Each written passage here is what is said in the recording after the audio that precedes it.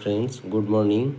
দেখো একটি অঙ্ক বলছে দুটি সমান আয়তনের পাত্রে যথাক্রমে 1/3 ও 1/4 অংশ ফলের রস ছিল। পাত্র দুটির অবশিষ্টাংশ জল পূর্ণ করে অন্য একটি পাত্রে সমগ্র জল মিশ্রিত ফলের রস ঢালা হলো। নতুন পাত্রে ফলের রস ও জলের পরিমাণের অনুপাত কত হবে? অঙ্কটি খুবই সহজ, দেখো কিভাবে করবে।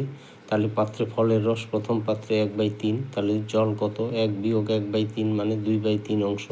তাহলে দ্বিতীয় পাত্রে ফলের রস 1/4 অংশ, তাহলে জল আছে 1 বিয়োগ 1/4 মানে 3/4 অংশ, কারণ লসাগু 4, 4 বিয়োগ 1 মানে 3/4।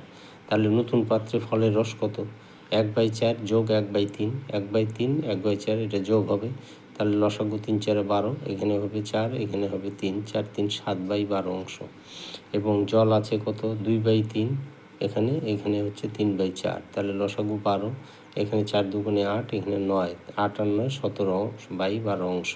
তাহলে এখন দেখো ফলের রস ইস্টু জল চাইছে, তাহলে 7/12 হচ্ছে ফলের রস ইস্টু 17/12 হচ্ছে জল, 12 12 কাটা, 7:17, এইটাই হচ্ছে উত্তর। অঙ্কটি খুবই ভালো, তোমাদের ভালো লাগলে অবশ্যই লাইক কমেন্ট শেয়ার করো এবং আগামী দিনে কম্পিটিটিভ এক্সামগুলোর জন্য ভালো করে প্র্যাকটিস করো। খুব আশা অঙ্ক।